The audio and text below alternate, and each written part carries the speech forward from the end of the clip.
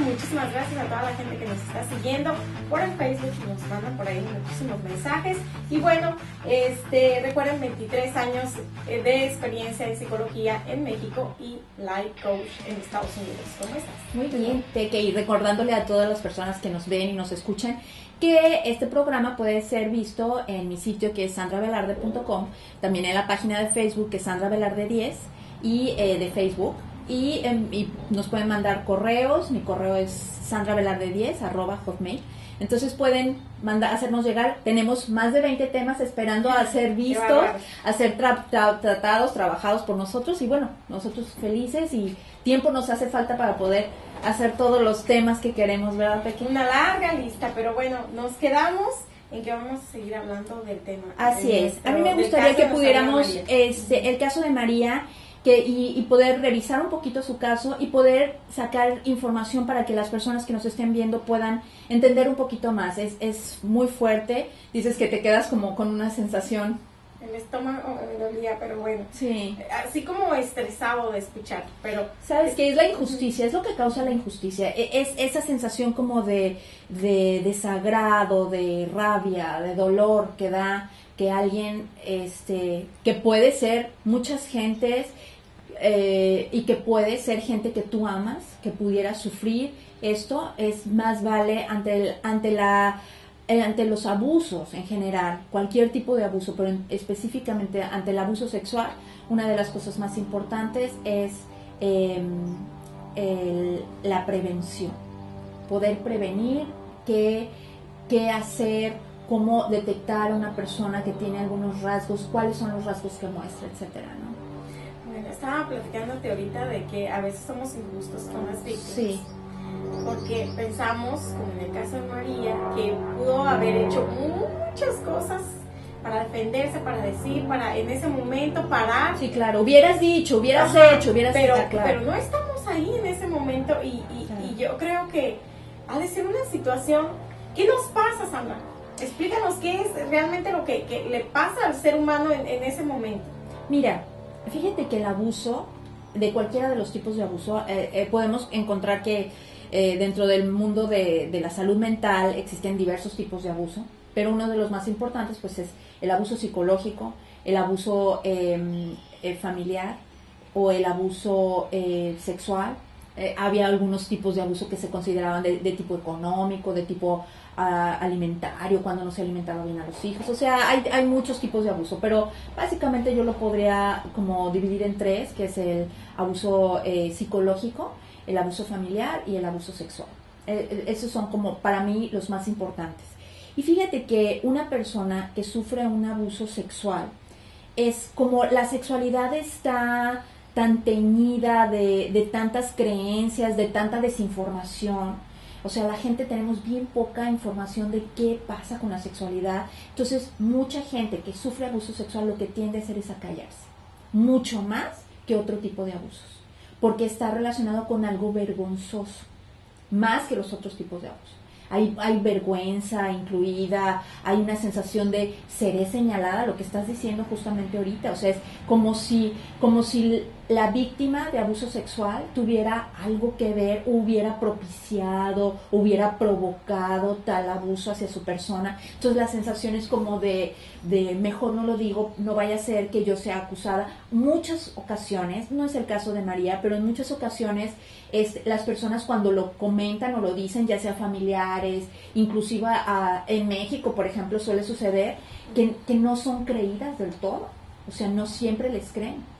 He tenido, bueno, sabrás que en mis 20 y tantos años de carrera profesional ha sido un tema recurrente con muchas personas Y le explicábamos hace un momento que puede sucederle a hombres, a mujeres, a niños, a niñas. Es cuando hay un sometimiento de parte de una persona a otra, es decir, cualquier persona que no concede o que no voluntariamente accede a tener sexualidad, entonces está habiendo un abuso. No se necesita tener una penetración para que esto se considere un abuso sexual. El abuso sexual es todo lo que tiene que ver con la genitalidad, inclusive con hablarle a un niño o exponerlo a un niño, a un joven, a una persona, a exponerlo a imágenes o palabras que no está listo o para entender y que la persona se logra una satisfacción sexual de exponer a otro ser humano hacia eso. Entonces, por ejemplo, un niño muchas veces puede ser abusado sexualmente, no genitalmente, inclusive por sus propios padres, a veces sin darse cuenta, ¿no? Cuando son expuestos o cuando tienen un trato no apropiado hacia los hijos. Pero de todas maneras, eso va a ser un tema aparte porque es lo que es el abuso sexual no genitalizado, que es algo muy delicado, muy sofisticado y muy oculto en las familias y que es muy difícil de detectar. Pero que es un caso, estamos hablando de abuso sexual, y dado el caso de María, a mí me gustaría que nosotros pudiéramos hablar de qué sucede con las personas, como tú dices, ¿qué pasa? El miedo es tan grande y hay como una historia pasada donde la persona ha vivido abusos. Es decir, la persona tiene, en general, estoy hablando en general, la persona tiene como una historia donde hay alguien que la ha sometido, que no le ha dado todo lo que esa persona merece, que no le ha dado todo su valor, que no le ha dado... Entonces, estamos hablando de etapas muy tempranas desde la infancia. Entonces, para cuando sucede un abuso en personas más grandes, vamos a decir en jóvenes de 20, de 30, cuando no es algo que es así como un sobresalto, cuando una persona medio queda paralizada, porque el miedo tiene ese efecto pequeño. Paraliza a la gente, ¿sí? Te hace sentir como tremendamente desprotegido, inválido, y ese miedo es una especie del niño interior que luego a lo mejor hablaremos más a fondo, pero es entender que todos los seres humanos tenemos un niño adentro, el niño que fuimos, no porque uno piensa, ay, mi niño interior, empiezas en alegría, globos, no. La niña que fuiste o que viviste o que soy o la que yo viví, habita en nosotros. Es con sus dolores, con sus carencias, con su sufrimiento, con sus alegrías, o sea, está adentro. Y entonces de repente esa niña interior se apodera de nosotros y gobierna nuestras vidas de una forma extraña.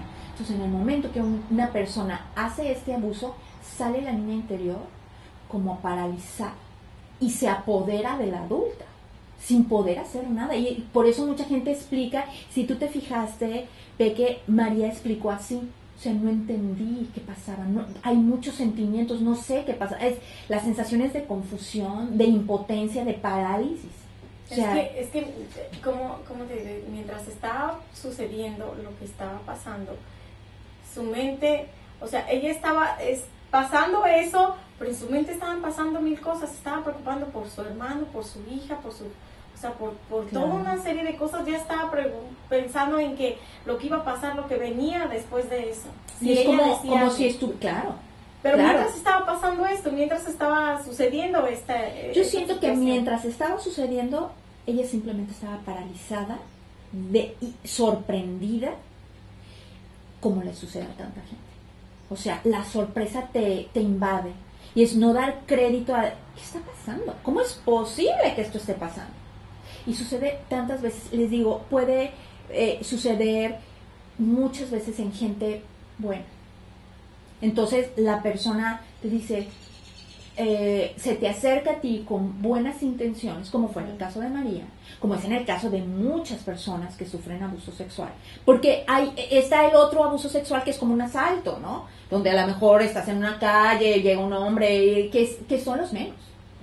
Se tiene una estadística donde aproximadamente el 70% de los casos sucede con personas conocidas, con personas que son profesionales de la salud, o sea, quiere decir médicos, enfermeras con niños,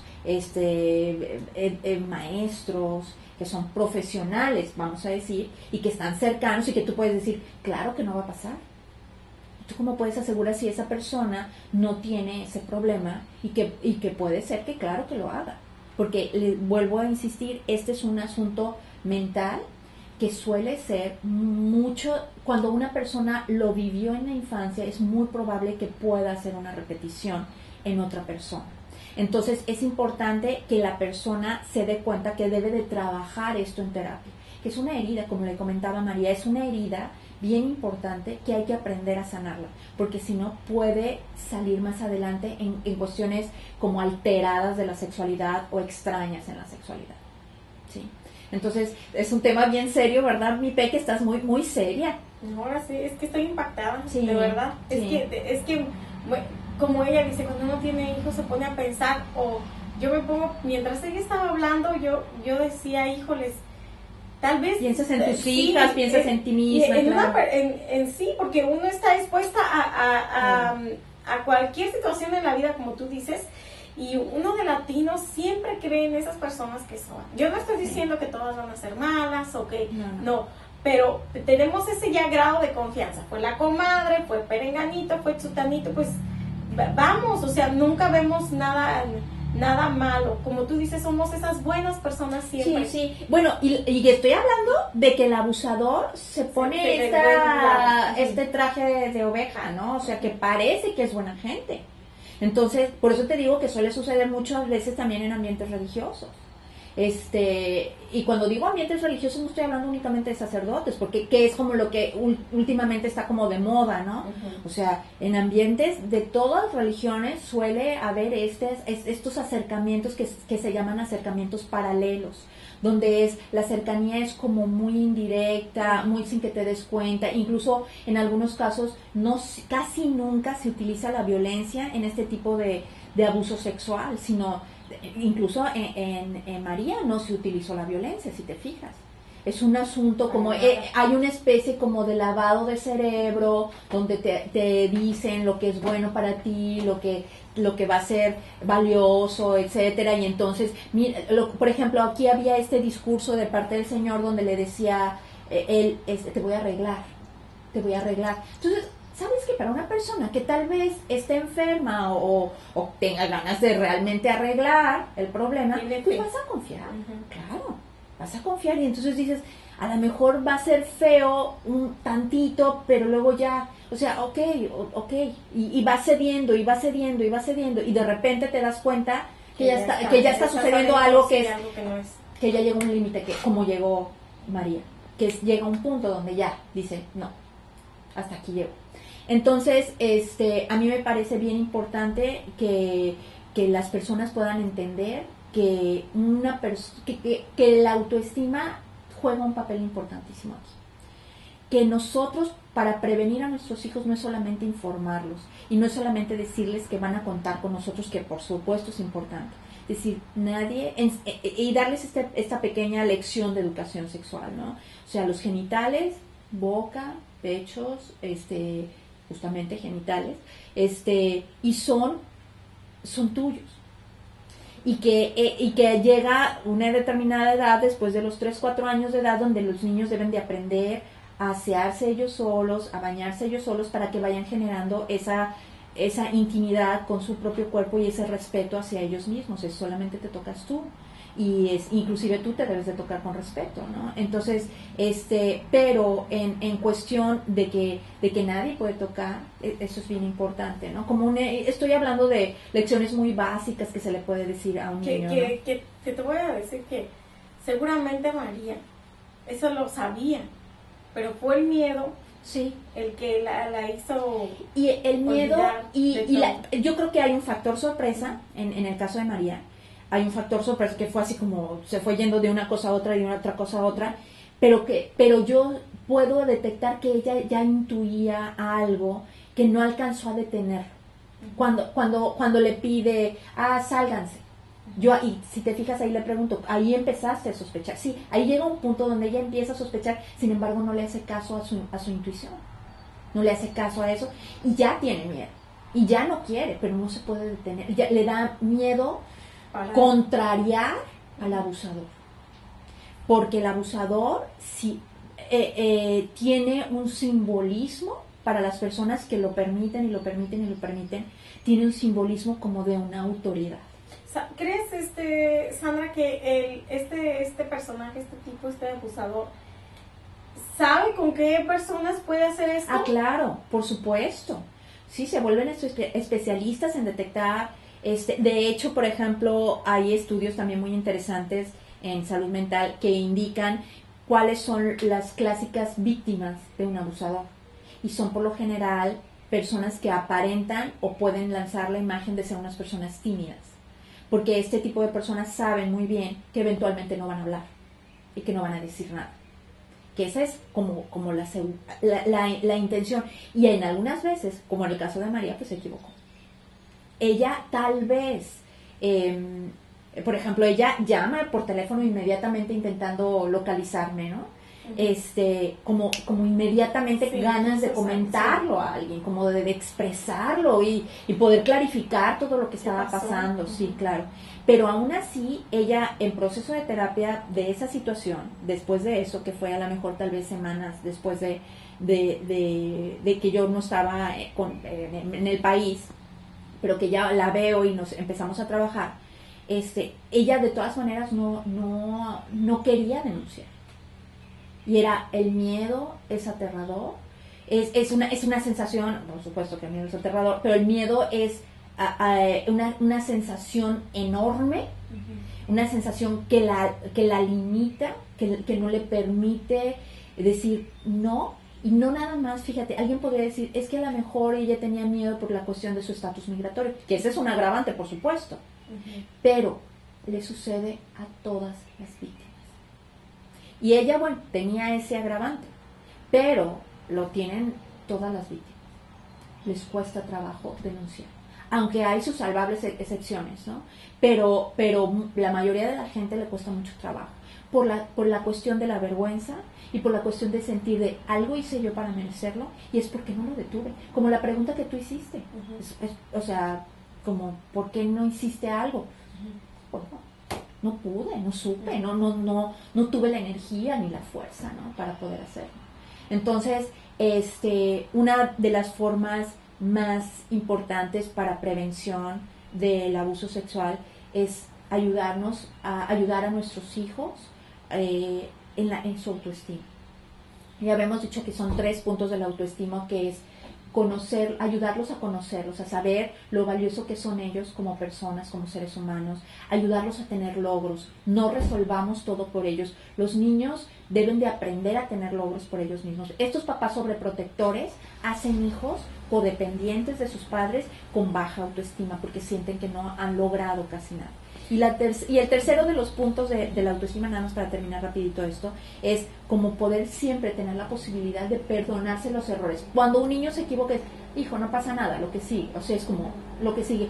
Porque muchas veces la baja autoestima es, ni nos conocemos, no puedes amar lo que no conoces, ni tienes logros, o sea, ¿qué valoras de ti?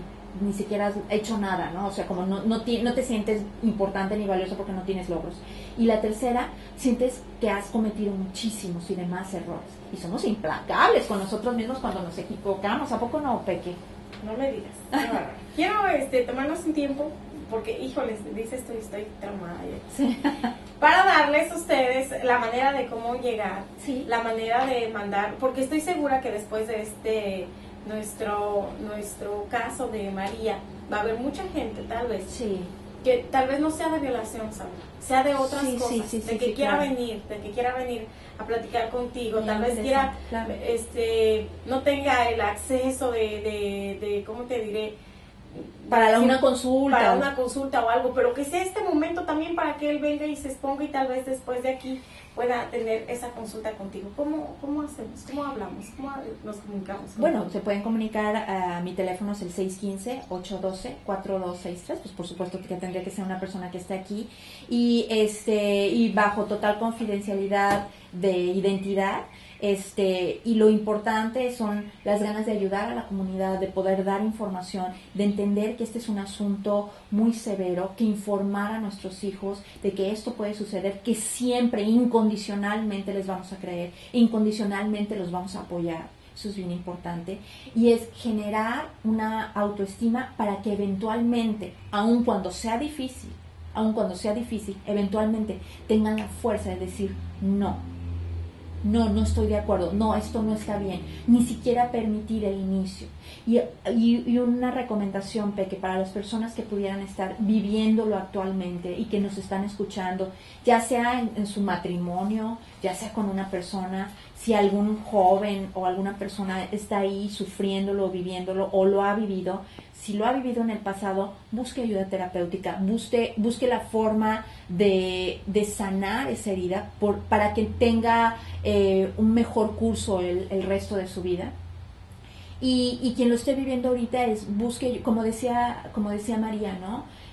Busque ayuda profesional, y busque denunciar. Al denunciar, como le dije a María, al denunciar, tú cierras un ciclo. Por eso mucha gente cuando ha vivido y ha sufrido una injusticia, cuando denuncia y se cumple esa sentencia hacia la otra persona, la sensación es como de liberación, como de paz interior. ¿Qué dices tú? ¿El mal ya está hecho? Sí, el mal está hecho, pero la sensación de justicia fue hecha y entonces quedó en paz. Vamos a sanar esa niña, ese niño interior que todos traemos dentro y que no es un niño necesariamente feliz y contento, sino es un niño dolido, que a veces gobierna nuestra vida, cosa tremenda.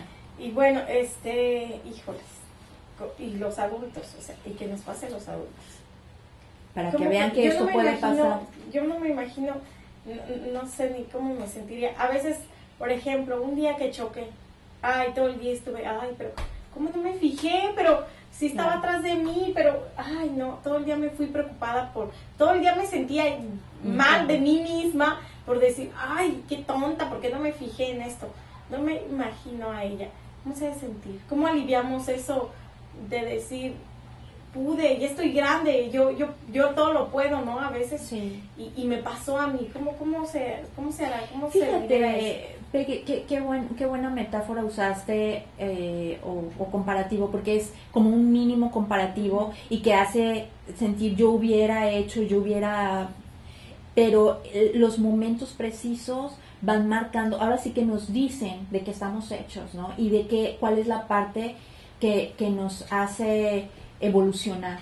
Una experiencia de este tipo estoy segura que puede hacerte evolucionar, que es indeseable para cualquier persona, es totalmente indeseable, ¿no? Pero por supuesto que ya está vivida y es como uno de los 3 puntos de la autoestima. Acuérdense que es autoconocimiento, logros y autoperdón. Es poder decir, hice lo que pude. Esto es como mandárselo a María y mandárselo a todas las personas que lo viven, hice lo que pude, si hubiera podido haberlo hecho mejor, lo hubiera hecho mejor, y poder perdonarnos y decir, voy a salir adelante de esto. Y esa es mi forma de poder ayudarme a mí y ayudar a los demás, porque quedarme en el problema y quedarme en la culpa y quedarme como en la sensación de algo, de que estoy mal, no ayuda para nada. Tenemos que romper la cuestión de que el abusador es una autoridad a la cual le tenemos que obedecer, como es el síndrome que viven algunas personas que han sido secuestradas, que desarrollan un vínculo como de lealtad extraño hacia los secuestradores. Entonces sucede esto en una escala diferente, en diferente estilo, vamos a decir, pero un poco con la persona que es abusada sexualmente por largos periodos, vamos a decir, por periodos más extensos de tiempo. He trabajado con adolescentes que fueron abusadas sexualmente por un pariente o por una persona cercana a la familia durante muchos años y generaron incluso hasta afecto a esa persona. Entonces, y por eso mucho menos, sí, rarísimo, cosas rarísimas, y por eso mucho menos los denuncian. Prefieren muchas veces callarse, y muchas veces, peor cosa, si la persona que lo está ejecutando es un pariente cercano como un padre o un tío. Este es un problema muy severo y siempre la intención es dar información, ayude a sus hijos, manténgase cerca, manténgase conectado con sus hijos. ¿Qué es estar conectado con sus hijos? Es no nada más preguntar cómo te va en la escuela, cómo estás, sobre todo los niños jóvenes, que a veces, cuando digo niños jóvenes estoy hablando de 9, 10, 11 años, que les cuesta mucho trabajo hablar de estas cosas, que tienen ya una conciencia de que la sexualidad es algo grave y algo que debe ocultarse y que debe de ser muy prohibido, ¿no? Hay que acercarnos a ellos, hay que brindarles la confianza, brindarles el apoyo y decirles que siempre, siempre, siempre van a contar con ustedes. Y ya, para terminar. Así es. ¿María va a estar bien? ¿Crees? Claro que va a estar bien. Claro que va a estar bien. Muy Por bien. supuesto que va a estar bien. Le tiene que echar muchas ganas. Ella ya le está echando muchas ganas y María va a estar muy bien. Claro que sí. Ay, Dios mío, me voy a estar angustiada. No es cierto. Bueno, pues... Y va a estar bien, no tanto porque yo lo diga, sino va a estar bien porque ella está comprometida con ella misma y con sus ganas de mejorar. Y eso es quien que haga eso no va a estar bien. Ahí está, el ejemplo para todos nosotros que luego nos quedamos con cosas y ahí estamos sufriendo por nada. De nuevo, la manera de comunicarnos, tenemos muchos temas. Tenemos muchos temas. Nuestro siguiente tema, para que esté al pendiente, próximamente, va a ser el tema de mujeres con inapetencia sexual.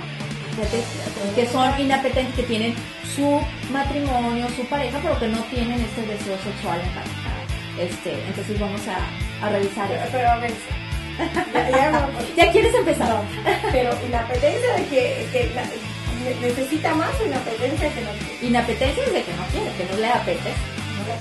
No le apetece el sexo, o sea, que se volvieron un poco, que llamamos, el líbido es lo que llamamos en psicología la energía sexual, ¿okay? Que ellas traen bajo líbido, o sea, no tienen nada. Bueno, un poquito, que no es lo mismo que anorgásmicas, pero todo eso lo voy a explicar para ese día que hablemos de eso. Sí, así es. Muchísimas gracias, Sandra. Gracias, y de nuevo, muchísimas gracias a todos ustedes y también le mandamos un saludo a la familia